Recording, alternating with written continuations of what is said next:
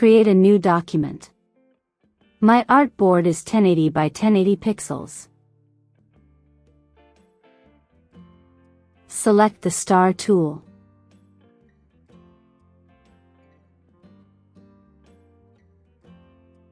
Make the radius 1 500 pixels, radius 2 250 pixels and make 30 points. Select gradient for the fill.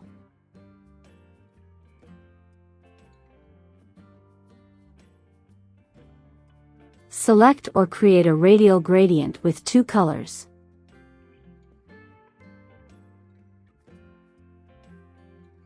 Select no color for the stroke. Go to Edit. Copy. Go to Edit. Paste in front. Select the selection tool. Press Alt plus Shift and make the shape smaller. Select both shapes. Go to Object. Blend. Blend options.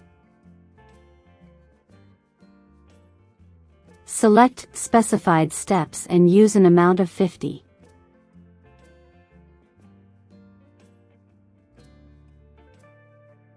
Go to Object.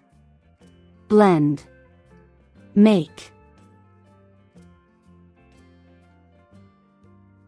Go to Effect. Distort and transform. Tweak.